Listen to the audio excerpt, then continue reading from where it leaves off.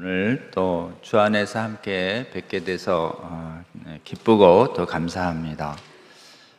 합신 기동화는 벌써 5회째 이렇게 하고 있는데요. 교단 차원에서 동성애대 재아카데미를 가장 먼저 열어주시고 또 지속적으로 열어주시는 데는 우리 합신 교단이 유일합니다. 정말 감사를 드립니다. 잠깐 제가 기도하고 강의하도록 하겠습니다. 하나님 감사합니다.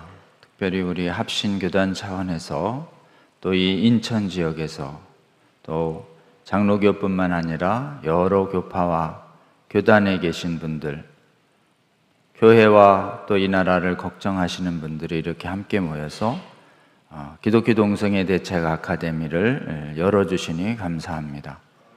차별금지법이라는 것이 나오고 성혁명이 나와서 주님 서구의 많은 나라들, 교회들까지 미혹시키고 있고 수많은 사람들의 몸과 영혼까지 오염시키고 파괴시키고 있습니다.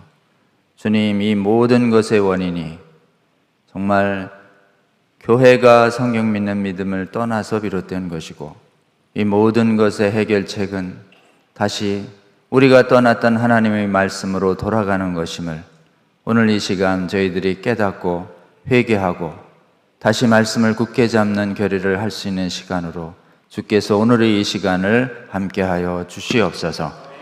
예수 그리스도의 이름으로 기도합나이다. 아멘. 오늘 저는 강의 주제를 차별금지법 실체 대안 이렇게 했고요. 부제로는 제가 이 교재의 12페이지 차별금지법 반대운동하고 성경 비평신학 반대운동이라고 하는, 하나는 세계관 운동이고 또 하나는 신학적 신앙운동입니다. 그래서 두 개를 같이 해야 한다. 그리고 한국교회는 이 운동을 한국은 상당 정도 성공하고 있는데 세계적으로 이 운동을 확산시켜야 할 사명이 있다. 이것을 여러분하고 좀 말씀드리려고 합니다. 오늘 첫 시간에 그 유물진화론이 얼마나 큰 해악을 미쳤는지에 대해서 좀 잘 말씀을 해주셨는데요. 그것은 차별금지법 반대와 성경비평신학 반대운동의 차별금지법과 성경비평신학 그 배후에 인본주의가 있고 또 유물론이 있고 진화론이 있고 그렇습니다. 그래서 같은 운동이다 이렇게 보시면 좋겠습니다. 저희가 이 운동을 할 때 제일 먼저 겪는 어려움 중에 하나는 이 차별금지법이 너무 좋게 보이기 때문에, 또 차별금지라는 말이 복음에서 나온 용어이기 때문에 많은 분들이 이 이름만 보고 또 겉모습만 보고는 성경적이고 또 교회가 마땅히 해야 할 거 아니냐 이렇게 생각하시는 분들이 많이 있습니다. 그래서 이거 반대하자 그러면은 차별을 하자는 거냐 이렇게 얘기하고, 교회는 뭐 소수자 보호에 관심이 없냐 이런 이제 비난이 있죠. 그래서 겉하고 이름하고 실체가 이렇게 다르다라고 하는 것을 이렇게 설명을 해주려고 그러면 잘 안 들으려고 해요. 참 사람이 겉모습에 약합니다. 스펙에 좀 약합니다. 그래서 이제 되게 이렇게 외모가 출중하면은 내면도 출중할 거로 자꾸 생각하고, 또 스펙이 좋으면 내면도 그럴 줄 알고 자꾸 생각하는 면이 인간이 있죠. 그런데 우리 주님은 이 땅에 오실 때 멋있는 분으로 모시지 않고 이사야에서 보면 외모에 흠모할 게 없는 것처럼 이렇게 오셨던 것 같습니다. 그래서 하나님은 성경에서 곳곳에서 외모를 보지 말고 마음을 본다고 하나님 말씀하셨고, 거짓 선지자들에 대해서 경고할 때도 너희들한테 양의 옷을 입고 올 거다. 그러니까 양 가죽 이렇게 탈로만 가면으로만 오는 게 아니고요. 옷을 입었으니까 이제 뭐 전신이 다 양처럼 올 거야 이랬는데, 근데 그 속을 잘 봐라. 그 속은 너희들을 죽일 늑대와 일이다 이렇게 말씀하셨으니까 제일 위험한 존재로 하나님 말씀 같고 하나님 말씀 아닌 거짓을 말하는 자, 거짓 선지자들이라고 합니다. 거짓 진리를 말하는 자들이 제일 어려운데, 그 거짓 진리를 말하는 자들의 모습의 경계의 부분을 오늘날 그대로 적용할 수 있는 부분이 사실 차별금지법입니다. 겉이 복음의 옷을 입었는데 내용은 복음을 파괴합니다.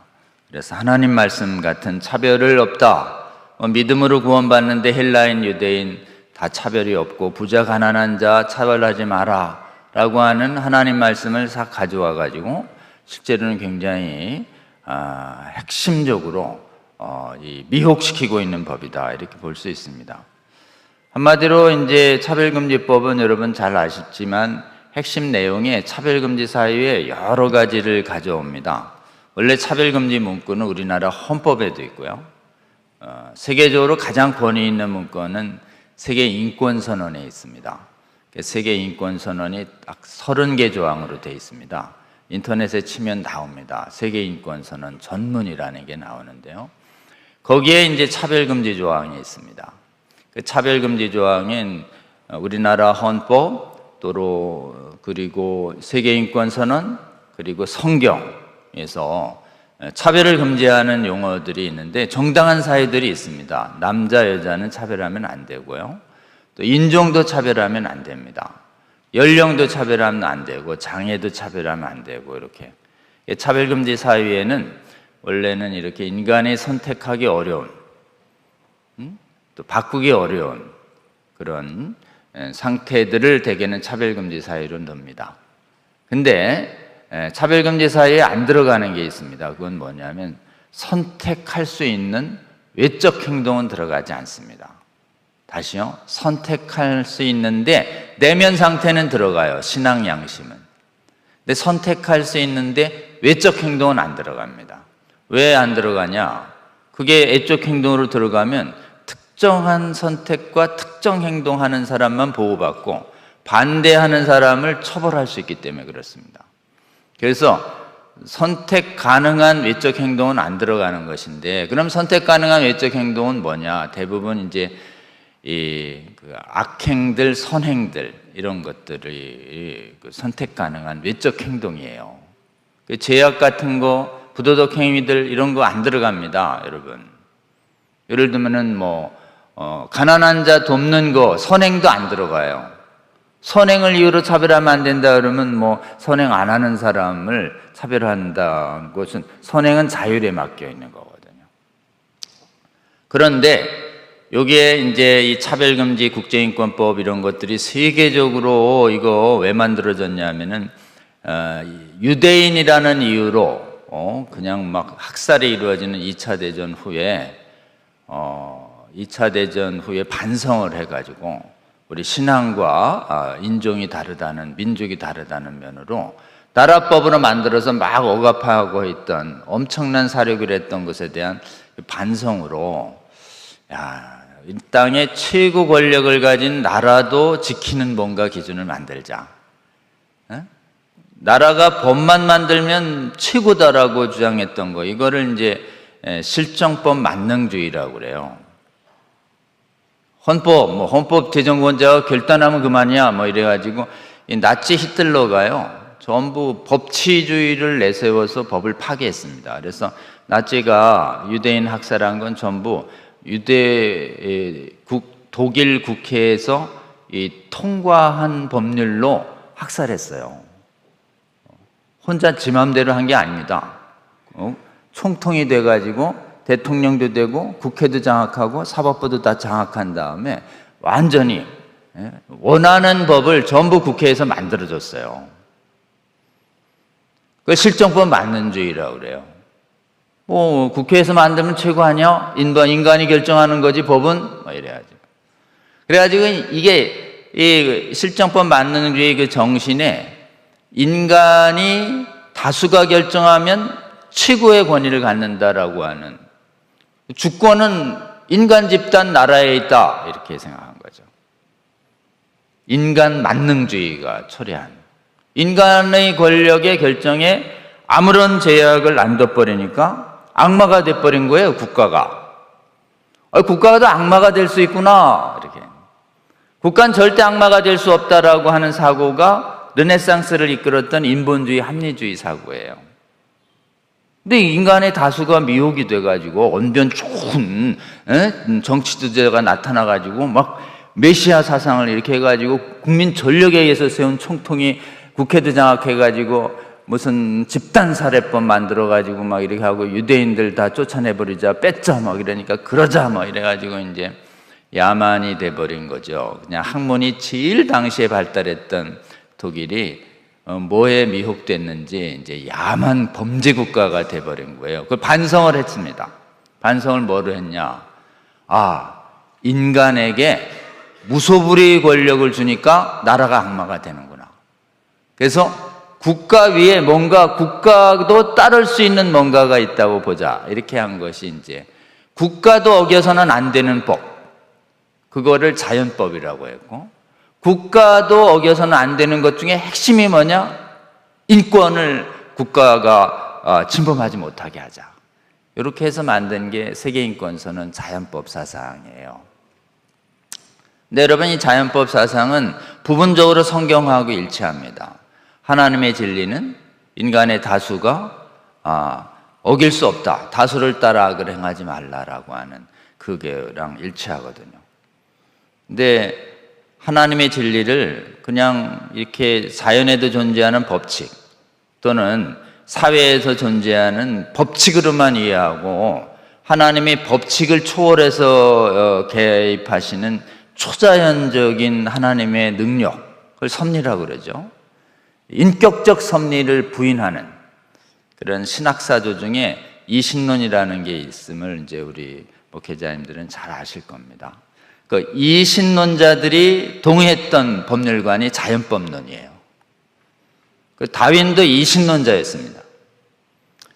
성경에서 어긋난 법칙으로서의 하나님만 말한 거죠. 근데 이걸 딱 보니까 이게 세계인권선언 유엔 만들어지니까 모든 국가 위에 이 세계인권선언이 확 올라가서 국가를 딱 지배하는 그냥 가장 권위가 있다는 것을 사람들이 발견해요. 그리고 나서 저 인권의 이름으로 저 인권 안에 자기가 원하는 사상을 딱 집어넣으면은 세계 각국들이 이 인권이라는 이름하에 복종하겠구나 이렇게 생각해서 그 후에 이 지금 인본주의 사고를 가지고 세계를 장악하겠다라고 하는 의도를 가진 다시요 유물론, 진화론, 인본주의 사고로 세계를 장악하겠다는 사람들이 유엔에 들어가서 만든 교육기구가 유네스코. 법률 쪽에 들어가서 만든 세계를 인본주의적인 사고를 가지고 세계를 지배하기 위해서 만든 사고가 세계인권선언인 거예요. 그리고 이 인권선언 안에 비성경적인 반성경적인 자신들의 세계관을 들어가서 그래가지고 이제 그 무렵 여러 가지 운동 중에 이 인본주의 지금 이성주의의 끝에는 항상 인간의 의사결정으로 복지국가 천국을 만들겠다라고 하는 사회주의적인 성향으로 가게 돼 있습니다. 이 지상에 천국을 만들겠다는 사고는 반드시 인간 공동체를 강조하는 사회주의로 가게 돼 있어요. 이 사회주의 혁명 중에서 가장 발달한 이론이 이제 마르크스 이론인데 이게 좀 2차 대전 후에 사회주의 혁명이 일어난 소련을 이래 보니까 소련이 원래 오리지널 사회주의로 안 가고 또 소련이 이제 인터내셔널 소비에트주의거든요. 민족적으로 사회주의 복지국가를 만들자고 했던 게 나치거든요. 나치도 사회주의입니다. 나치오날레 조지알리스무스라고 그래가지고 민족 사회주의예요. 나치를 사회주의라고 하는 걸 모르는 사람들이 많아요. 나치도 사회주의, 스탈린도 사회주의. 둘 다 사회주의예요. 국가주의입니다. 하나님을 국가가 대신하겠다라고 하는 것이에요. 이 국가주의가 나서서 피 터지게 싸웠는데 지금 서구의 이 독일에 있는 이 사회주의자들이 이렇게 보니까 소련이 굉장히 안 좋게 변하고 있는 거예요. 원인을 이렇게 보니까 소련에서 그 마르크스 엥겔스 사상 중에서 실행 안 한 게 있습니다. 해봤다가 부작용이 커서 철회한 이론. 했다가 부작용이 커서 처리한 이론이 그게 성혁명이라는 거예요. 마르크스 엥겔스 주장 중에는 나중에 가정이 해체될 것이다. 원하는 사람은 누구랑 동침해라. 다시요. 원하는 사람은 누구랑 동침해라. 가정은 원래부터 있었던 게 아니라 사적 소유, 생산수단을 소유하면서 강자가 미인도 사유하기 위해서 만들어낸 사적 소유의 산물이다. 그러니까 생산수단이 공유화되면 성도 공유화된다. 가정도 없어진다. 이제 이런 그럴듯한 주장을 해버린 거죠. 그래가지고 실제로 레닌이 이 사회주의 볼셰비키 혁명 1917년에 성공했을 때 콜렌타이라고 하는 여자한테 마르크스주의의 성혁명을 실현하라고 얘기하니까 이제 콜렌타이가 여가부 장관이 돼가지고 동성애고 뭐 무슨 이성애는 탁 하고 여성도 탁 나와서 일하고 군대에 되고 오늘 밤 누구랑 자든지 내가 관여 안 한다 이렇게 해버렸죠. 그랬더니 무슨 일이 발생했냐? 이제 볼셰비키 군대인 적군이 오늘 백군인 짜르 군대랑 싸워서 승리할 생각은 안 하고 오늘은 누구랑 잘까 맨날 그 생각하니까 군대 기강이 형편없이 무너지는 거예요. 이러다가 그냥 혁명 성공 못하겠다 이렇게 생각해서 레닌이 마르크스의 주장 중에 딱 하나를 받아들이지 않습니다. 그게 뭐냐? 이 성혁명 가족 해체 주장을 받아들이지 않고 이 지금 이런 모든 성행위를 정당화하는 이것은 퇴폐적 자본주의의 산물이다 이래서 마르크스랑 다른 길을 걸어가요. 그래서 서구에 있는 독일에 있는 사회주의자들이 나치도 싫어했지만 저 스탈린도 보니까 제대로 못하고 있다. 왜 못하냐? 성혁명을 성공 못 시켰기 때문에 지금 사회주의가 실패하다. 그러니까 이제 독일에 있던 나치에 탄압받던 나치가 공산당을 굉장히 싫어했어요. 나치가 공산주의 인터내셔널 사회주의를 굉장히 싫어합니다. 그 탄압했던 사람들이 주로 연구소가 어디 있었냐면 프랑크푸르트에 있었는데 프랑크푸르트에 이제 사회주의자들이 모여서 서구를 일해 보니까 레닌이 실패할 것이다. 이유는 성혁명을 안 했으므로. 그래서 이 나치에게 핍박받던 지식인들이 다 미국으로 도망가 가지고 이 지금 독일이 이 논리가 얼마나 강한지 몰라요. 대화, 토론, 논리 이런 거. 법학과 사상과 철학, 신학 다 주도하고 있는 게 독일입니다, 여러분. 독일은 이성적으로 그냥 명쾌한 설명을 하는 걸 엄청 좋아해요. 그 지성인들이 다 미국으로 가가지고 유럽도 남아있어서 프랑크푸르트 학파가 독일의 전역의 대학을 지배했고 독일에서 도피한 프랑크푸르트 학파가 미국 가서 미국의 대학들을 다 지배해서 오늘날은 학문적으로 볼 때 전부 프랑크푸르트 학파라고 하는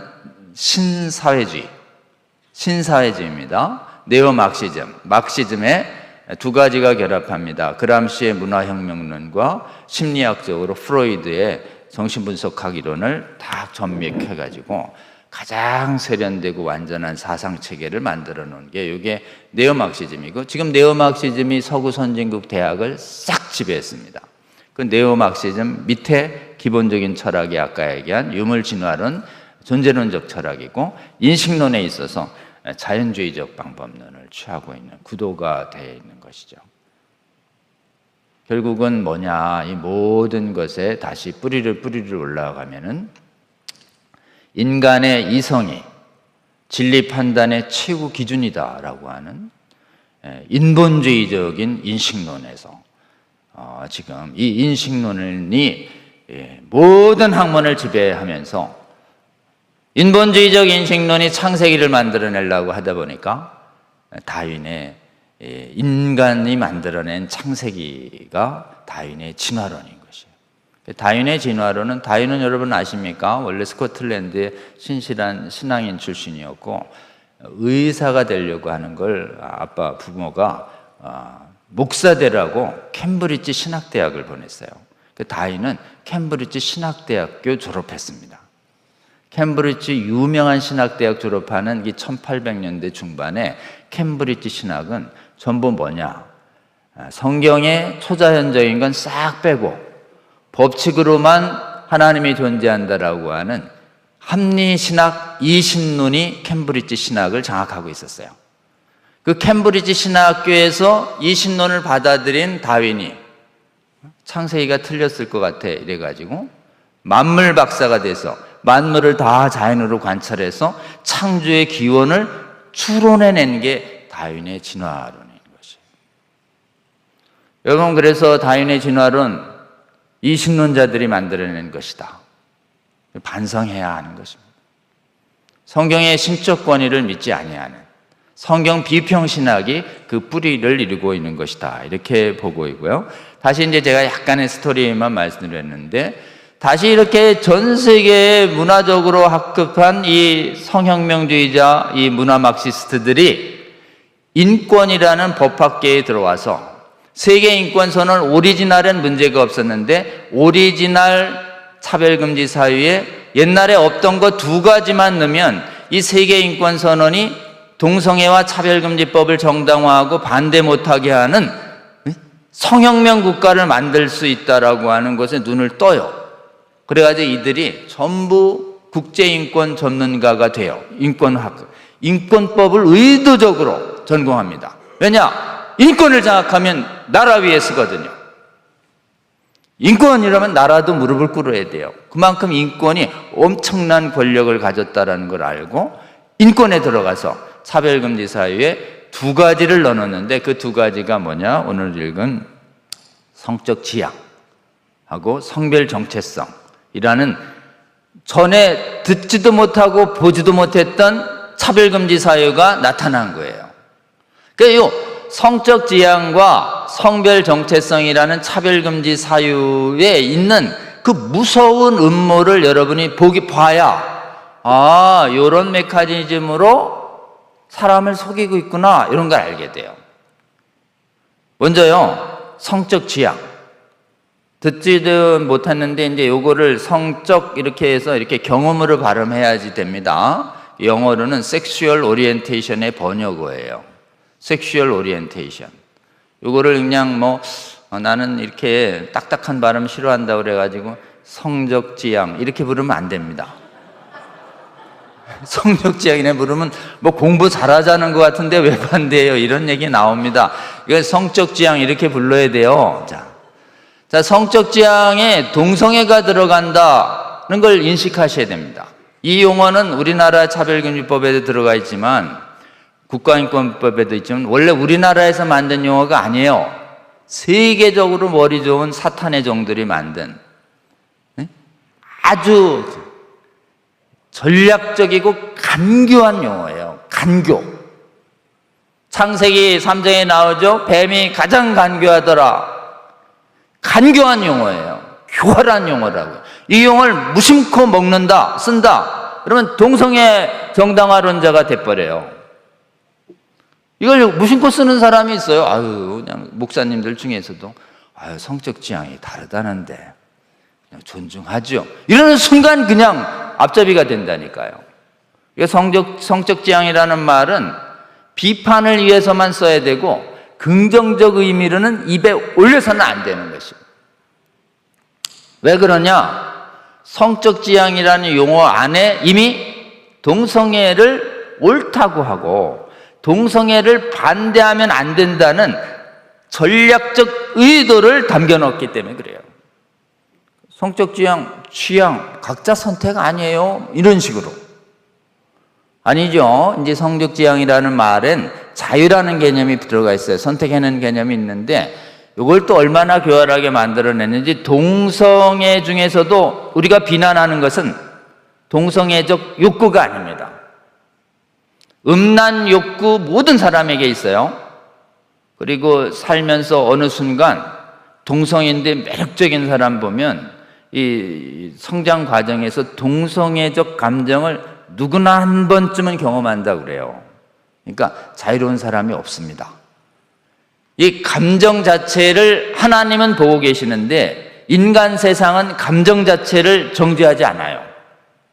인간 세상에서는 법으로든 도덕으로든 판단을 하려면 반드시 그게 행위로 나타나야 됩니다. 행위. 그래서 우리가 뭘 반대하세요? 그럼 감정으로 이러면 이제 하나님적인 판단 기준이고, 세상과 교회에서는 뭐로 하나님도 계속 성경에서 얘기하잖아요.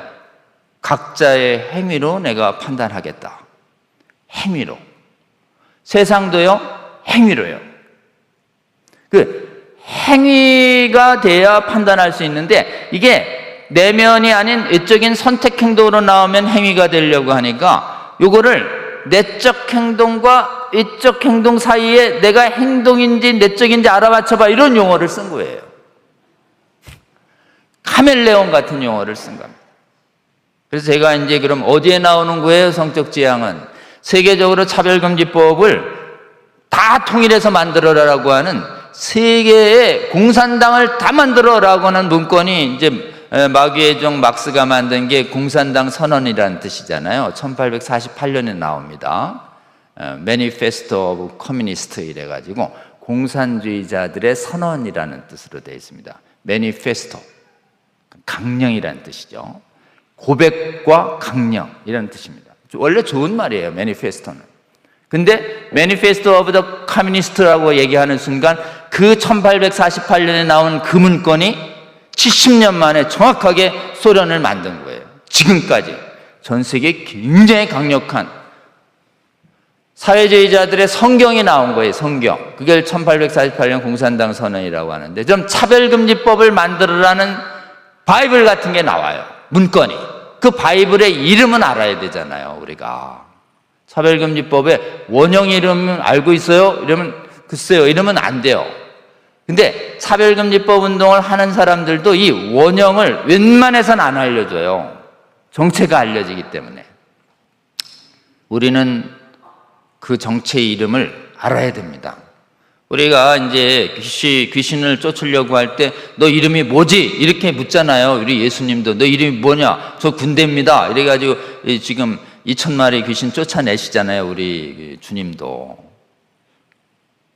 이름을 알아야 정확하게 타격을 할 수 있습니다. 자, 이름 알아야 됩니다. 그 이름이 뭐냐면 욕야카르타 원칙이라는 거예요. 욕야카르타, 족자카르타. 어디서 들어봤나요? 인도네시아 가신 분들은 자카르타가 1등 도시고 부산과 같은 2등 도시를 족자카르타라고 하는 것을 아셔요. 인도네시아에 있는 도시 이름이에요, 족자카르타.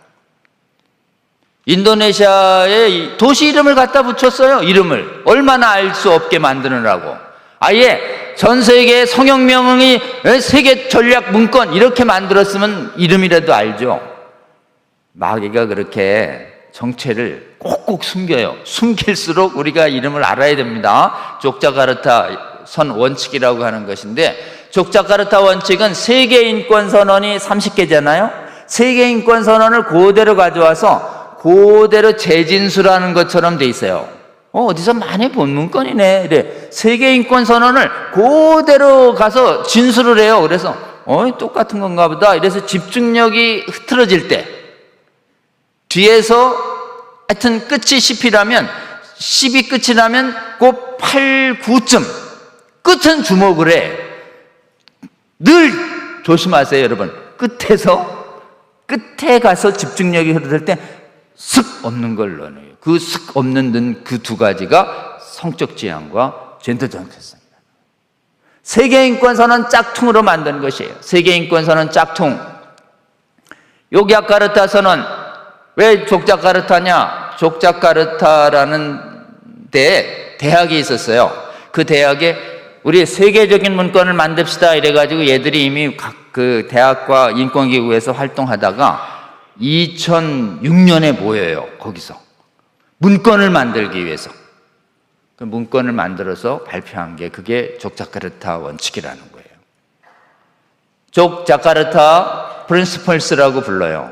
이름 자체가 얼마나 해롭지 않게 보입니까? 대학 이름이 있습니다. 이걸 만든 대학 이름. 한번 들으면 잘 잊혀지지 않는 이름이에요. 원래 인도네시아가 지금 이슬람이 인구가 많은 데거든요. 근데 어쨌든 제가 이렇게 아우리치 간 도시이기도 한데요. 그때 한번 지나가 봤어요. 그 대학 이름. 그 대학 이름이 가자마자 대학입니다. 가자마자 대학. 우리 어감으로는 아주 그냥 잊지 못하게 돼 있어요. 너 족자카르타 원칙 어디서 만들었는지 아니? 가자마자 대학에서 만들었대. 자, 만든 다음에 얘들이 이거를 어디서 발표를 하느냐? 스위스 제네바에 UN 인권 사무소라는 데가 있습니다. 스위스 제네바에. UN이 원래 뉴욕에 있잖아요. 근데 제네바에도 사무소가 있어요. 제네바에 있는 사무소가 인권 사무소예요. 그 인권 사무소 철문 앞에 이렇게 철문이 내려졌는데 그 앞에서 뭐 하는지 아십니까? 이렇게 이런 플랜카드 이렇게 쫙 걸어요. 족자카르타 원칙 선포식. 뒤에가 유엔이에요. 유엔의 승인도 안 얻고 지들끼리 얻어서 거기서 자기들끼리 선포한 거예요. 기자회견한 거예요, 기자회견. 그리고서는 얘들이 인권위원회나 몇 군데를 이렇게 장악을 했어요. 핵심 인력을. 특히 유엔의 교육국이 유네스코고 유엔의 법무부 같은 데가 인권이에요. 유엔의 법무부 같은 데가. 여길 장악했어요, 애들이. 유엔의 인권을 장악한 다음에 거기 핵심 인력이 거기다 서명을 하고서 딱 첨부해가지고 세계 각국에 유엔 총회에서 승인도 안 했는데 유엔 총회에서 승인 얻은 것처럼 전 세계에 족자카르타 원칙을 첨부하면서 차별금지법을 만들으라는 공문을 쫙 뿌립니다. 그 다음부터 그게 오자마자 우리나라 미혹된 국가인권위회와 법무부에서 우리나라에서 2007년에 발의된 게 유엔에서 레터 받고 2007년에 노무현 당시 대통령 법무부가 발의한 법이 그게 차별금지법입니다. 자, 차별금지법 세계적인 원칙 이름이 족자카르타 원칙이고 족자카르타 원칙의 핵심 내용이 뭐냐? 차별금지 사유에 두 가지가 들어가는 것입니다. 섹슈얼 오리엔테이션과 젠더 아이덴티티 두 가지가 들어가요. 그 섹슈얼 오리엔테이션과 젠더 아이덴티티의 뜻이 뭐예요, 도대체? 데피니션이 뭡니까? 데피니션이 용어를 쓸 때 그 용어의 핵심 용어를 알고 써야 되잖아요. 그 데피니션이 어디 있는 건지 아십니까? 족자카르타 원칙을 딱 인터넷에서 다운로드 받으면 거기에 섹슈얼 오리엔테이션이 딱 나타나는데 본문에 있을까요? 각주에 있을까요? 각주에 있어요. 얼마나 숨기고 싶으면 각주에다가 그 각주에 있는 섹슈얼 오리엔테이션 개념을 제가 여러분에게 또 갖고 와가지고 여기 각주 2번과 각주 3번에 공개하는 것이에요. 그래서 여러분 섹슈얼 오리엔테이션 봤어? 족자카르타 원칙 각주에 있는 거? 그러면 여러분하고 대화 안 하려고 그래요. 여러분이 정체를 안다고 생각하기 때문에. 섹슈얼 오리엔테이션 뭐가 있냐? 성적 지향 정의를 영어로 써놓고 영문으로다가 번역을 해놨죠? 그게 뭐예요? 여기에 이성이나 동성에게 끌린다. 끌린다는 게 뭐예요? 그냥 감정 음욕을 느낀다 이런 뜻이죠. 이 끌린다라는 말이 감정이에요, 감정. 이거 자주 쓰는 거 좋지 않습니다. 진리에 끌린다는 말은 좋지만 대개는 이거 동성에게 끌린다잖아요. 동성에게. 이거 동성원 소송 갔다 하면 눈물 흘리면서 얘들 얘기해요. 저는요 이성에는 전혀 안 끌리고요 동성에만 끌립니다 이런다고요. 그거 성경적 용어가 뭐냐면 정욕이에요. 끌리는 뭐래요? 끌리는 끌릴 수도 있고 관계를 맺을 수도 있고 도대체 뭐예요? 가능성. 행동이라는 거야. 감정이라는 거야. 난 가능성이래요. 이게 무슨 뜻이냐면 나는 때에 따라서 행동이 될 수도 있고 감정이 될 수도 있다 이런 뜻이에요. 그러니까 우리가 반대할 때는 감정을 반대하면 왜 감정을 반대하고 그래요? 이렇게. 그럼 뭘 반대해요? 동성 성행위를 반대합니다. 이렇게 딱 부러지게 얘기해야 돼요. 뭘 반대하세요? 성행위를요. 이렇게. 그래서 이 헌법재판소 판결문에는 동성 성행위는 이렇게 해가지고 성도덕에 반한다. 이렇게 도덕 판단을 해놓는 게 주어가 행위예요. 여러분, 섹슈얼 오리엔테이션을 반대하는 게 아니에요. 동성 성행위를 반대한다고 딱 집어서 말해줘야 비난하지 않습니다. 그 다음에 성별 정체성이라고 번역된 거는 성별이 이게 섹스라고 하면 남자 여자를 의미하는 자연적인 성별인데 섹스 아이덴티티가 아니에요. 젠더 아이덴티티예요. 젠더. 이 젠더나 섹스는 영어로는 딱 구별되어 있는데 한국말로는 똑같이 성이에요. 그러니까 한국이 더 혼동스러워요. 그러니까 원래 이 양성평등법 이럴 때 보수 또는 이치, 섹스 이퀄러티 법이에요, 원래. 근데 여가부가 승인도 없이 젠더 이퀄러티 법으로 바꿔놨어요, 양성평등법을. 이 젠더가 어떤 개념이냐, 젠더가. 사회적성 막 이래가지고 이러는데 원래 오리지널 데피니션을 보면 내 몸을, 성별을 내가 어떻게 인식하느냐라고 되어 있습니다. 한번 여기 주 3번 보시면 한 사람이 여기 또 느낀다고 되어 있죠? 깊이 느끼는 내면적인 경험으로 몸에 대한 인식 이렇게 되어 있죠. 인식. 이 인식을 영문 표현으로 보면 personal sense of the body로 되어 있어요. sense. 성인지 이렇게 얘기할 때 sensitive라고 할 때 이 센스가 느낌을 말하는 것이에요. 느낌과 인식을 결합해 놓은 용어예요. 성별을 느낌으로 결정한다는 개념이 젠더 자체에 들어있는 거예요. 그러니까 우리가 젠더라는 용어도 가능한 쓰시면 안 됩니다. 휴대폰 충전하는데 이렇게 꼬들이 있잖아요. 뭐라고 불러요? 사회는 젠더라고 부르는데 우리는 꼬다리 이렇게 불러야 돼요. 아예 의식적으로 젠더라는 용어 거부 운동을 해야 됩니다. 아멘입니까? 자, 이제 다시 이 용어를 이렇게 쓰면 어떻게 되느냐? 요게 실제로는 마치 행동이 없는 것 같지만 행동을 의미하는 것으로 해석해버려요. 동성성행위를 반대하면 주관적으로 고통을 느껴요. 주관적으로 고통을 느꼈다는 이유로 왜 사람에게 동성애 지지자나 동성애자한테 정신적으로 괴롭히고 그래요. 인권침해예요, 인권침해. 이렇게 갑자기 정신적 괴롭힘을 통한 인권침해를 가지고 이거를 차별로 몰아요. 근데 이게 내가 뭘 언제 사람을 모욕했나요? 동성애를 반대했지? 아유, 동성애 지지하는 사람이 들으면 괴롭지요. 응? 그렇긴 하겠네. 이렇게. 그러니까 괴롭히지 마세요. 이럴 때 여러분 어떻게 하셔야 돼요? 괴롭히면 안 되지 이러면 엮이는 거예요. 뭘로 괴롭히느냐가 굉장히 중요해요. 여러분, 진리를 말하면 거짓을 믿는 사람이 정신적으로 고통스럽습니다. 그러니까 정신적 고통 일체를 금지시키면 논쟁 자체를 할 수가 없어요. 가르칠 수가 없어요. 그러니까 또 교화라는 게 있어요.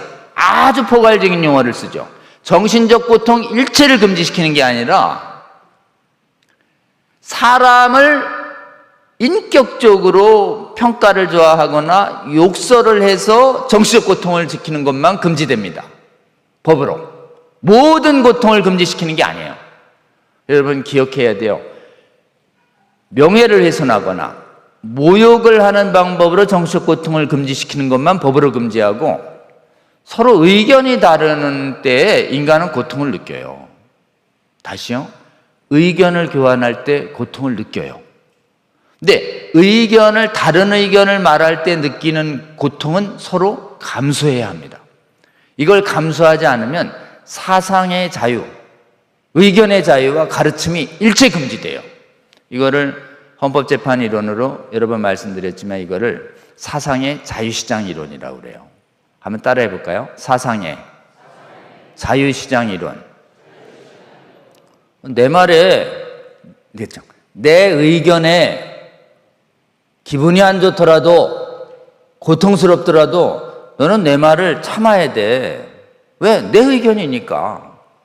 내가 사람을 모욕하거나 명예를 훼손하면 네가 참으면 안 되지만 내가 내 소신을 말해서 네가 고통스러워도 참아야지. 나도 네가 얘기하는 것 중에 기분 나쁘고 고통스러운 것도 나 참는 거야. 어때요? 이게 사상의 자유시장 이론이에요. 그럼 동성애를 반대하는 견해를 얘기했다고 네가 고통을 느껴도 나는 진리를 말할 자유가 있어. 아멘이에요? 고통 금지시키라고 얘기하면 구원이 불가능해집니다, 여러분. 인간을 하나님이 구원시키는 방법이 거짓을 쩌드러내게 진리를 날카로운 영혼의 검처럼 파고들어서 찌르고 쪼개고 뽀개고 이래가지고 마음을 아주 고통스럽게 해요. 양심을. 하나님 왜 지금 저기서 고통 주세요? 하나님 인권침해법이에요. 이러면요 구원 자체가 불가능해요. 불가능. 그렇기 때문에 여러분, 진리를 전할 때 느껴지는, 가치 판단을 전할 때 느껴지는 이 고통은 완전히 허용돼야지 이거 뭐 반대 금지하면 전체주의 사회 되는 것이에요. 이런 메커니즘으로 되어 있습니다. 차별금지법은 동성애나 성전환에 대한 반대 의견이라고 하는 우리의 양심과 신앙과 학문적 소신을 말하는 것만으로도 고통을 느꼈다는 이유로 인권 침해를 모는데, 이거는 전체주의를 철회한다. 동성애 독재를 철회한다. 이게 13페이지 밑에서 주 7번에 나와 있는 것입니다. 이것만 여러분 잘 논증해도 그냥 외부에 있는 분들에게 우리가 왜 반대해야 하는지를 알려줘야 되고, 요즘은 이제 이렇게 논리적으로 설명하기 이전에 동성애 반대하는 사람 징계 먹었어요. 동성애 반대하는 지금 교수들 해직됐어요. 동성애 반대하는 사람들 손해배상 당해요. 성전환 아래에 남자인데 못 들어오겠다고 지금 손해배상 당해요. 막 성전환 반대하는 부모가 됐더니 양육권이 뺏겼어요. 막 이런 내용들이, 이 독재적 성향이 서구에 너무 많이 나타나가지고 옛날에는 가짜뉴스예요 이러더니 요즘은 논쟁을 안 하려고 그럽니다. 논쟁을 했다 하면 독재성이 드러나니까. 요즘은 토론회가 없어요. 실제로 토론하면 우리가 압도적으로 이깁니다. 이 독재성 사례가 너무 많아서. 제가 KBS 토론 나간 지 한 7년 정도 된 것 같은데요. 그 후로는 토론을 안 합니다. 그럼 얘들이 토론의 기회를 주지 않고 자기 의견을 말하는 방법으로 써요. 그게 뭐냐? 영화, 드라마, PD 수첩 이런데 반론의 기회를 주지 아니하고 계속 이런 걸 해요. 그러니 우리 믿는 분들도 작가가 되고 영향력을 발휘해서 정말 그래서 우리 성도들 중에 동성애 반대하는 랩 가사 써서 노래 가사 써서 이런 거 하시는 분들이 많이 나타나고 있는데 감사한데요. 더 많이 문화 영역에서 우리의 소신을 자유롭게 말하는 이런 작업을 좀 해야 할 줄로 믿습니다. 그 다음에 가장 심각한 것은 동성애를 계속하면 고린도전서에서 하나님 나라 위협을 받을 수 없다고 경고한 부분을 정확하게 말해 주셔야 됩니다. 여러분 아까 얘기한 것처럼 유물 진화론은요, 유물론이에요. 유물론은 전제가 있습니다. 보이는 게 전부다. 세상이 전부다. 유물론을 깨는 방법은요, 이 진화론이 비과학적이다라는 걸 이렇게 깨는 것도 좋은데요, 그 전제를 깨면 훨씬 더 깨집니다. 보이지 않는 게 있어 이렇게 얘기해야 돼요. 보이지 않는 존재가 있단다. 귀신도 있고 천사도 있고. 근데 그거보다 훨씬 더 아까 얘기한 바울이 아테네 가가지고요, 세상은 하나님이 창조하셨어요 한 다음에 창조론만 얘기한 게 아니에요. 그 창조하신 하나님이 심판날을 정하셨어요. 여러분 돌아서지 않으면 하나님이 심판하실 것입니다. 이렇게 벨릭스가 무서워가지고 그만해 이렇게 벨릭스 총독이 바울에게 얘기한 이유가 심판을 경고했기 때문에 그래요. 유물론자들이 제일 싫어하는 것 중에 하나가 악인의 영혼이 사라져야 되는데 성경에서 악인의 영혼이 안 사라진다고 한 거예요. 안 돼! 사라져야 돼! 내가 이 제사에서 이렇게 나쁜 짓 많이 했는데 사라져야지! 이랬는데 성경이 안 사라져! 이렇게 하면 어디 있는데? 천국 아니면 지옥이야! 이렇게 여러분, 그래서 유물론에 쩌든 어린아이들을 깨우는 방법은 딱 하나입니다. 너 죽으면 어떻게 되는 줄 아니? 뭐 없어지잖아요. 학교에서 그런 거 배우거든요. 안 없어져. 에? 없어져야 되는데 둘 중에 하나야. 천국 아니면 지옥이야. 무서운 지옥이 있어. 예수님, 너 예수님 서화하지? 예수님이 영원한 지옥이라고 그랬어요. 지옥은 증명하는 게 아닙니다. 그냥 선포하는 거예요. 선포하면 하나님이, 성령께서 택자의 영혼을 깨우세요. 택하지 않은 애는 지옥이 뭐 있겠어요? 이렇게 얘기하고, 실제 택자는 있으면 어떡하지? 이렇게. 그래서 지옥이 있다고 성경을 가지고 담대히 선포하잖아요. 걔가 잠을 못 자요. 죽고 싶은 마음이 싹 사라져. 어떻게 하면 지옥 안 가요? 예수 그리스도한테 나와야 돼. 그때 복음을 전해야 복음이 잘 전달됩니다, 여러분. 아멘입니까? 요즘 서울교단에서 제일 빠진 게 뭔지 아십니까? 지옥 설교가 빠져요. 자유주의자들이 제일 빼려고 하는 게 지옥 설교예요. 이 신론에서 제일 빼질 건 지옥식 변이에요. 초자연적인 지옥의 실제성. 겁주는 거예요? 공포 마케팅이에요? 네. 하나님이 겁줘서 구원합니다. 겁줘서. 하나님을 겁먹어라. 제발 하나님을 두려워해라. 심판을 두려워하라는 말씀을 담대하게 전하셔서 이 세상이 전부인 줄 아는 유물론에 미혹된 주위 사람들과 우리 자녀 세대들을 깨우시는 저와 여러분 되시기를 주의 이름으로 권면합니다. 서구 선진국이 실패했습니다. 참담하게 실패했어요. 지금 보통 실패한 게 아니에요. 오히려 서구의 주류교회는 이 차별금지법을 제정하라는데 앞장섰어요.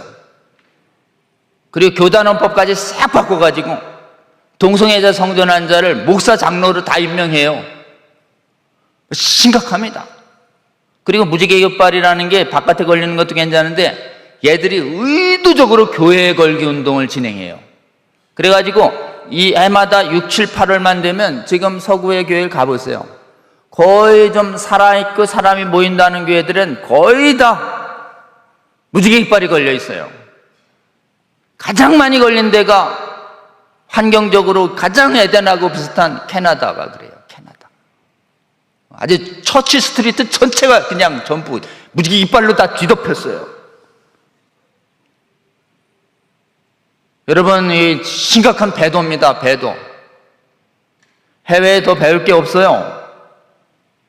해외에 전부 더 신학교는 신학교마다 전부 동성애 괜찮다는, 성경에 오류 있다는 비평신학 가리키고 동성애 괜찮다는 퀴어 신학 가리키는 데가 한두 군데가 아니에요. 한두 군데가. 그래서 해외에서 유명한 신학교에서 학위할수록 검증해야 됩니다, 여러분.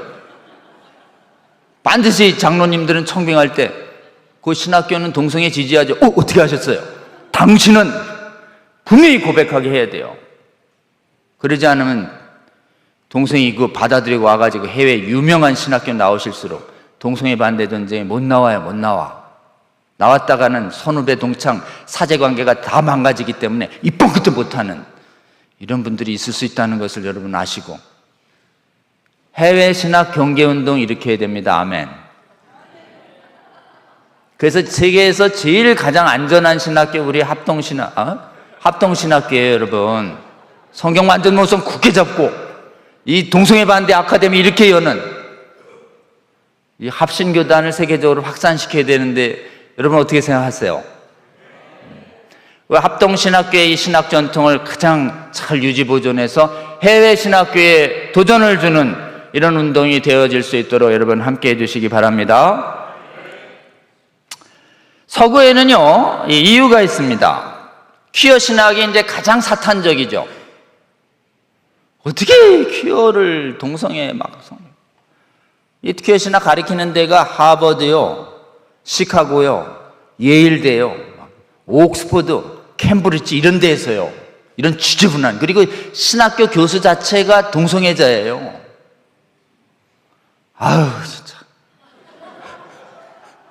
완전 거짓 선지자들이에요. 거짓 선지자. 여러분, 이거 싸워야 합니다.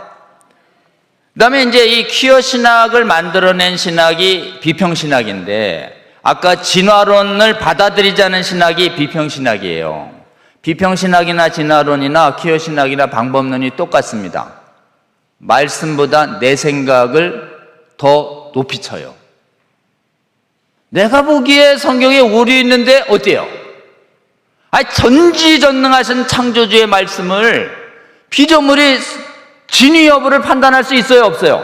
없어요. 존재론적으로 불가능합니다, 여러분. 하나님 말씀이다 라는 것이 저작성이 확인되잖아요.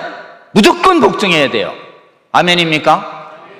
비평 자체 불가해요. 하나님 말씀은 내가 뭘 봐, 보기는 복종 눈 깔고 이렇게 이해가 되든 안 되든 하나님의 말씀이면 무조건 복종해야 됩니다. 아멘. 자꾸 살펴보다가 하나님이 선악과 따먹으라는 말씀이 틀린 거 아니야? 라고 사탄이 권유하니까 그럴까? 이렇게 하다가 넘어진 거 아니에요. 여러분, 하나님 말씀은 절대 비평 불가합니다. 아멘. 성경이 하나님 말씀이라고 성경에 하나님이 직접 증명하셨어요. 그리고 1400년 동안 수많은 사람이 썼어도 통일성을 유지하게 하셨고, 지금 거기에 23%에 해당하는 8000구절이 다 예언구절인데 거의 다 성취되는 놀라운 기적을 성경을 통해서 보여주고, 이건 내 말이고 하나도 오류 없어 얘기했는데 잠깐 보고요 이렇게 얘기하니까, 비평신학은 절대, 요즘 비평신학에서 시작했다. 비평신학이 언제 출발했냐? 종교개혁이 일어난 100년 뒤에 소진이주의를 시작해가지고 독일을 점령하면서 독일의 비평신학이 먼저 퍼지고, 이 퍼진 독일 신학이 영국을 망가뜨리고 네덜란드, 스위스 망가뜨린 다음에 곧바로 우리에게 신앙을 전해준 스코틀랜드까지 무너지는데, 1800년도에 이제 거의 다 신학교가 무너집니다. 미국도 막 무너져가지고 남아있던 게 프린스턴이었는데, 프린스턴에서 마지막 저항하다가 쫓겨난 사람이 만든 데가 웨스트민스터 신학교죠. 다 무너졌습니다, 여러분. 근데 문제는요, 이 비평신학을 가지고 이 성경에 대한 믿음을 허문 사람들이 다 누구냐? 여러분 15페이지에 보시면 14번 주14요. 뛰어난 히브리어 교수 윌리엄 로버슨, 에버덴 신학교.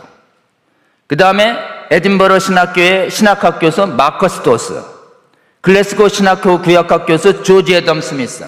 이 3인방이 1800년대 중반에 스코틀랜드를 무너뜨린 3인방이에요. 3인방 신학 교수 전부 누가? 조직 신학 교수가 아닙니다. 역사 신학 교수가 아니에요. 구약학과 신약학 교수들이 다 비평을 받아들여야 된다고 얘기하면서 그 찬란했던 스코틀랜드 신학이 몇십 년도 안 돼서 포성망하게 한 주범이에요, 이 사람들. 제 말이 아니에요. 이안 머레이의 주장입니다.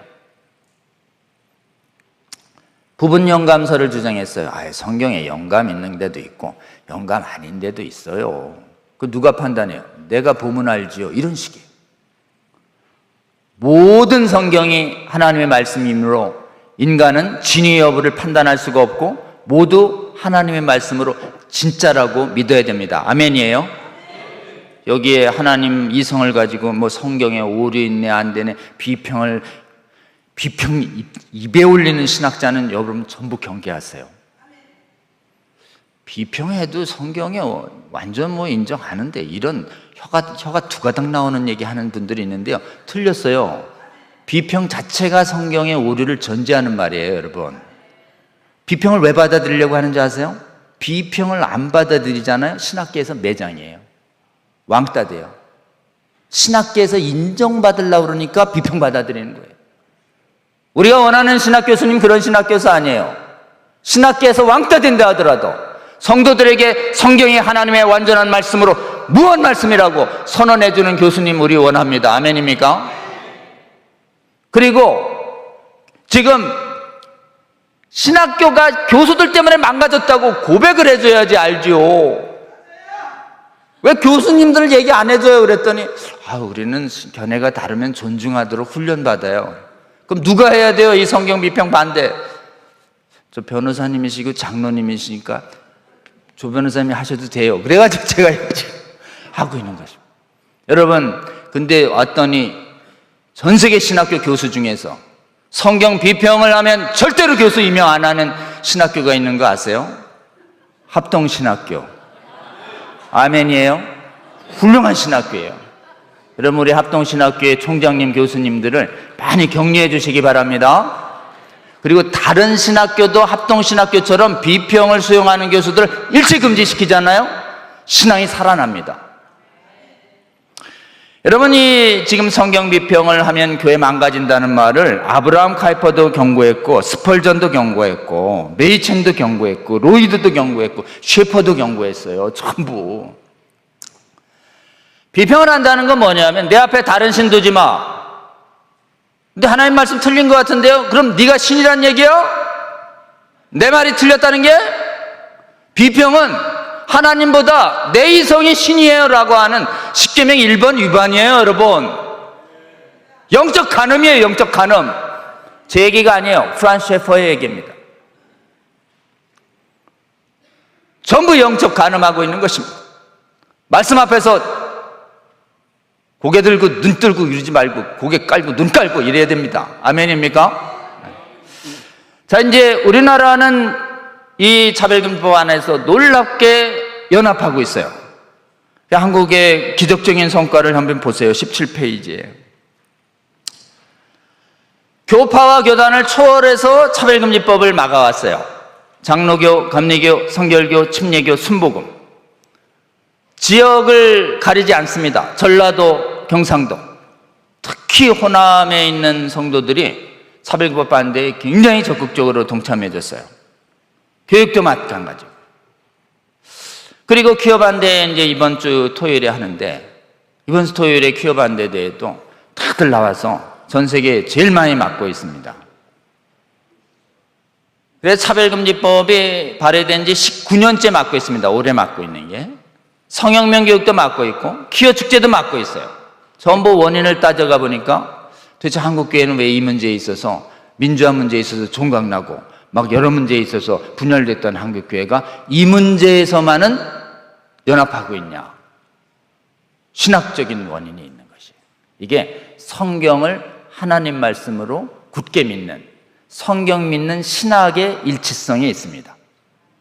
어디서 시작됐는가 이래 봤더니 우리나라 복음이 전해지는 복음 초기부터 장로교, 감리교, 성결교 이런 분들이 침례교 올 때 이 나라에 이상하게 한 1500년 명의 선교사님들이 오셨는데 전부 성경의 완전무를 굳게 믿는 선교사들, 젊은 선교사들이 이 땅에 압도적 다수가 왔어요. 다른 데 다 그런 거 아니에요? 아니에요, 여러분.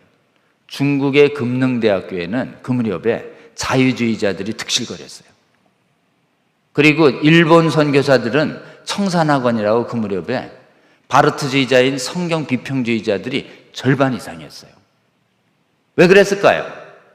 중국과 일본보다도 훨씬 허목했기 때문에 여기는 정말 목숨 걸고 오는 분들인데, 목숨 걸려면 성경 무성 믿어야지 목숨 걸잖아요. 아멘입니까? 이런 분들을 하나님이 젊은 선교사들만 이 땅에 보내줬는데 그때 본국은 어땠냐? 본국의 신학교는 무너지고 있었어요. 무너지고 있었어요. 이상하잖아요. 하나님이 부흥을 일으키고 그 무렵에 무디 부흥을 일으키고 대학생 자원운동을 일으킨 다음에 성경을 굳게 믿고 하늘나라의 소망을 가진 사람들을 이상하게 1500명이나 이 망해가는 만국 조선 땅 구한 말에 여기 이렇게 보낸다는 게 하나님의 놀라운 은혜라는 것이 느껴지지 않습니까? 이분들이 오셔서 신학교를 세워서 전부 비평하는 교수들은 교수에 오지도 못하게 만들었어요. 가장 크게 이 신학교, 원래 신학교 질 돈을 원더우드가 연세대 만들고 병원 만드는 데 쓰니까 마포 삼열 목사님이 신학교 지을 돈을 구하기 위해서 맥코믹으로 가요, 시카고. 맥코믹에 가서 그 맥코믹 여사라는 분한테 거의 고액의 돈을 갖고 와가지고 세계 최대의 신학교를 평양에 세워요. 그럼 그 연구해야 돼요. 도대체 어떤 분이 이렇게 큰 돈을 주셨는가? 그게 평양신학교고, 그 평양신학교의 교수진들은 전부 성경에 완전 모성을 구한 구 프린스턴 학파, 메이첸 따르는 분들이 다 거기서 50년간 성경 모성 굳게 믿는 목회자들을 계속 양산시키면서 한국은 가장 큰 장로교가 성경 모성을 굳게 믿자 감리교 다른 교단들이 다 따라오신 거예요. 신사참배 때 위기가 있었습니다. 신사참배 때 성경 모성 믿는 분은 신사참배 우상숭배 안 돼요, 폐교 각오하고 지킵니다 이랬는데, 자유주의 하시는 분들은, 비평하시는 분들은 신사참배 우상숭배 아니에요 이랬어요. 그런 분들이 신사참배 기간에 자유주의 신학교, 조선신학교를 운영합니다. 그래서 말년에 그 일제시대 말기에 자유주의를 배운 분들이 많이 나왔었어요. 우리나라에. 남한은 거의 자유주의가 될 뻔했습니다, 여러분. 근데 해방하고 나서 성경 모성 굳게 믿는 목회자 밑에서 신앙을 많이 했던 전도사들이 조선신학교 딱 하나 남아있는 거 들어갔더니 뭐 비평신학 가르치고 있으니까 교수들도 가만히 있고 목회자님들도 가만히 있었는데 뜨거운 신학생들 51명이 성경 비평하는 교수의 강의를 일일이 다 보고서를 써가지고 총회에 보고서를 냈어요. 그 보고서 내는 바람에 진상조사 들어가서 그 비평 가르쳤던 교수님은 나중에 6.25 전쟁 후에 파면시켜버립니다. 그래서 우리끼리 나가서 만든 교단이 자유주의 교단 기장이라는 조그만 교단이고, 나머지 예장 교단은 전체는 비평 엄금 전통을 유지했는데, 그 전쟁의 영적으로 보면 가장 위대한 전쟁 중에 하나였습니다. 여러분, 아까 얘기했죠? 진화론 하는 사람들, 비평하는 사람들, 학문의 자유 있다고 얘기하는데, 여러분, 학문의 자유는 교회 바깥에는 있어요. 교회 안은 믿음 공동체예요. 믿음 공동체, 신조 공동체, 호몰로게오, 똑같이 말하는 사람들의 공동체라고요. 다른 말하면 출교시켜야 돼요. 다른 말하면 고백이 호몰로게오예요. 호몰로게오. 똑같은 말 해야 돼요. 성경에 완전 무하다고 똑같이 얘기해. 성경에 오류 있는 거 그럼 나가세요 이래야 돼요. 이걸 칠이라고 그래요. 칠이. 자, 학문의 자유, 교회 바깥에서 진화론 가르쳐도 돼요. 근데 교회 안에서는 성경에 어긋나는 이단적 주장하면 돼요, 안 돼요? 비평신학이 얼마나 안 좋은지 아세요? 성경에 이성적인 건 다 빼버리기 때문에 성경이 인간책으로 봐요. 오류 있다고 참남한 말을 해요. 그런 다음에 예수님의 동정녀 탄생도 오류래요. 예수님이 창조주라는 게 믿어지지가 않아. 예수님을 인간 예수래요. 창조주성을 부정합니다. 부활도 부인해요. 칸트도 부인하고 승천도 부인해요. 재림 심판도 부인합니다. 천국과 지옥도 부인해요. 역사상 나타났던 아리우스 이단보다 10배나 더 나빠요. 10배나. 가장 극악한 이단이라고 제 얘기가 아니에요. 자유주의는 존 프레임 교수가 그랬어요. 존 프레임이라고 코르네스 반텔 제자로서 리폼드 신학교에 유명한 신학교 있어요. 존 프레임. 여러분, 이 비평신학이 신앙 전반을 다 무너뜨리고 있는 것입니다. 이런 범위 안에서 우리나라에서 이렇게 성경 안 믿는 사람들을 엄금시키고 신학의 자유라는 내세운 것을 비평을 금지시켜가지고 이 나라에 150년 동안 성경 믿는 믿음 유지됐습니다. 한번 따라해 볼까요? 교회에는 이단 신학의 자유 없다. 이단 학문의 자유 없어요. 이단 주장하면 내보내야 돼요. 한두 번 훈계한 다음에 멀리하라, 내보내라 라고 얘기했는데, 잠깐만요, 대화 좀 해보고요. 이러다가 다 엮이는 것이.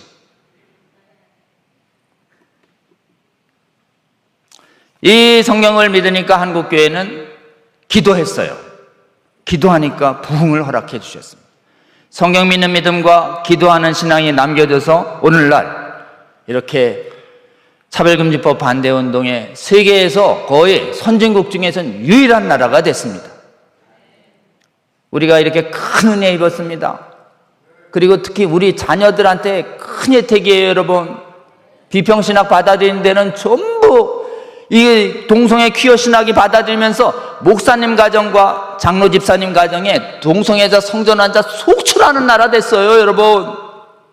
우리나라 이렇게 하나님이 선교 초기부터 지난 150년간 성경 믿는 신앙과 기도하는 신앙 이렇게 지켜주셔서 세계의 선진국 중에서 차별금지법 성혁명 기후축제 막아서는 유일한 나라 되게 해주신 거 우연일까요? 하나님의 섭리일까요? 하나님의 섭리라고 우리는 굳게 믿어야 합니다. 이렇게 큰 은혜 주신 우리 하나님께 감사의 박수 올려주시면 어떨까요? 사명이 있습니다. 이 신앙 잘 유지해서 해외에도 확산시켜야 할 사명이 있습니다. 아멘. 이를 위해서 여러분 계속 기도해 주시면 좋겠습니다. 특히 여러분 이거하고 싸우는 운동 해야 됩니다. 차별금지법 반대 운동과 성경 비평 신학과 싸우는 운동 해야 되는데 이렇게 하려면 반드시 두 가지를 해야 돼요. 교회 바깥에는 유물 진화론을 가지는 이 진화론 독재와 싸워야 돼요. 그 세계관 운동이다라고 얘기합니다. 성경적 세계관 운동. 그 다음에 신앙 운동을 해줘야 돼요. 신학계는 어차피 못 이깁니다. 신학계 회복은 불가능해요. 신학은 이성이 우위인 그라운드이기 때문에 신학에서 절대 다수를 못 잡아요. 신학에선 왕따가 돼야 됩니다. 근데 교회에 와서 깨워줘야 돼요. 성도들에게 자유주의 신학이라는 게 있어요. 여러분 비평신학이라는 게 있고 큐어신학이 절대 따라가면 안 됩니다. 아무리 신학학위 10개를 가져와도 따라가면 안 돼요 라고 알려줘야 돼요. 그러면 이깁니다. 교회 안에서는 이깁니다. 대학계에서는 학계에서는 지더라도 교단과 신학교에서는 우리가 성경 믿는 신앙을 선포하고 모든 성경 말씀을 가감없이 왜곡 없이 가르치고 성경대로 기도하면 우리 하나님께서 큰 은혜 주셔서 대한민국의 교회를 다시 살아나게 할 것이고 살아난 대한민국의 교회가 국회의원을 굳게 잡아서 22대 국회에도 차별금지 통과 안 되도록 하나님이 막아주시도록 우리 기도해야 합니다. 교회가 한 목소리로 국회의원 잡았으면 여당과 야당 안에 기독 국회의원들이 많이 있어요. 여러분 실제로는 우파 보수 기독의원들만 막는 게 아니에요. 저희가 해보면 성경 믿는 교인 민주당 국회의원들이 굉장히 역할이 커요. 여야 가리지 아니하고 주여 한국교회가 깨어일어나 국회의원들 설득해서 차별금지법 막는 21대 국회 되게 하여 주시옵소서. 이렇게 기도해 주세요. 여러분 새 정부가 출범해서 걱정이 많은데요, 새 정부도 하나 되면 겁나서 추진 못하게 하나님 해달라고 기도해야 합니다. 저희 김민석 총리 후보자 그분 신길교회 집사님이에요. 차별법 반대 1인 피켓 시위도 했어요. 정청래 그 집사님 그 집사님이에요. 집사님 같이 보이지 않는데 차별법 반대한다고 저하고 여러 번 통화했어요. 목사님하고. 그 이현주 의원 그 옆에 있는 분 있어요. 지금 소강성 목사님 교회 출석하면서 차별법 열심히 합니다. 자, 차별법 반대하는 분 여야에도 있다고 굳게 믿어야 합니다. 신앙과 정파적 조언에서 주여 한국교회가 깨어 일어나서 행정부 잡아주고, 판사들이 문제입니다. 삐딱한 판사들이 너무 많아요. 판사는 누가 고쳐주나요? 목사님이 불러서 동생이 어떻게 생각하세요? 물어보고 판사 집사님 돌이키세요. 이렇게 목사님이 한번 명확하게 얘기하면 판사가 겁먹어서 못해요. 자, 판사를 설득시킬 수 있는 것은 동료 성도들과 목사님들이 신앙지도 해주셔야 합니다. 아멘. 교육계도 막아서 주셔야 됩니다. 아멘. 자, 우리 계속 이제 성경적인 진리를 담은 강의를 잘 듣고 잘 전파해 주셔야 됩니다. 성경적 진리를 담은 동성애 반대 강연을 한국교회가 6년 전부터 계속 유튜브로 제공해 왔어요. 여러분 잘 아시다시피 그 유튜브 채널 이름이 있습니다. 차별금지법 바로알기 아카데미, 차바. 한 200여 강의가 있고요. 한국교회 뛰어난 성도들이 다 골고루 강의를 제공했어요. 차별금지법 바로알기 아카데미, 차바. 유튜브로 한번 찾아오시면 검색되죠? 부탁이 있습니다. 구독, 좋아요, 전파. 그 다음에 성경 비평이 틀렸습니다. 비평을 반대하는 강의를 계속 제공하고 있어요. 월요일에. 특히 성경 비평 반대 강좌에 우리 합신의 교수님들이 앞장서서 나와서 강의하고 있어요. 오늘 지금은 기독교 교육학 이동열 교수님 지금 강의 중이세요. 자, 그 강의 채널의 이름이 있습니다. 모든 성경의 신적권위 수호운동협회, 줄여서 성수협이라고 합니다. 성수협. 인천수협 아니고요, 성수협. 그것도 구독해 주세요. 자, 듣고 기도해 주시고 널리 전파해 주시면 많은 분들이 깨어나서 교회를 지키고 이 사회를 지키는 하나님의 용사로 하나님이 세워주실 거라고 굳게 믿습니다. 자, 기도하고 마칩니다. 주님, 어느덧 우리 정말 작은 교단인 우리 합신교단 주님께서 사용하여 주셔서 전국의 장로교단 중에서 가장 모범적으로 성경 말씀에 의해서 차별금지법, 유물진화론 대적하는 이런 귀한 강좌 열어주시니 감사합니다. 하나님, 이 강의에 함께하여 주시고 축복하여 주시옵소서. 이 자리에 오신 목사님들, 성도님들 먼저 깨우셨으니 주위에 아직 잠자고 있는 많은 목회자님들과 그리고 성도들을 깨우는 데 귀하게 사용하여 주시옵소서. 한국교회가 입은 큰 은혜를 저희들이 알았습니다. 주님, 저희들에게 주신 사명이 있음을 우리가 믿음으로 받게 도와주시옵소서. 한국교회 전체가 깨어일어나 하나님 이 사명에 헌신하게 하여 주셔서 한국교회가 종성의 차별금지법과 성경비평신학을 막아서는 가장 거룩하고 가장 성경에 충실한 교회와 나라가 될 수 있도록 주여 축복하여 주시옵소서. 저희들의 아버지 모범을 저희에게 주신 승리를 도전 삼아 해외에 있는 한인교회들도 깨워 주시옵소서.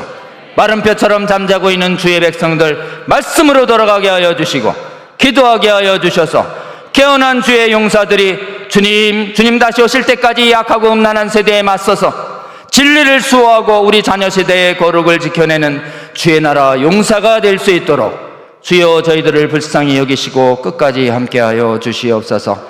예수님 이름으로 기도합니다. 아멘. 감사합니다.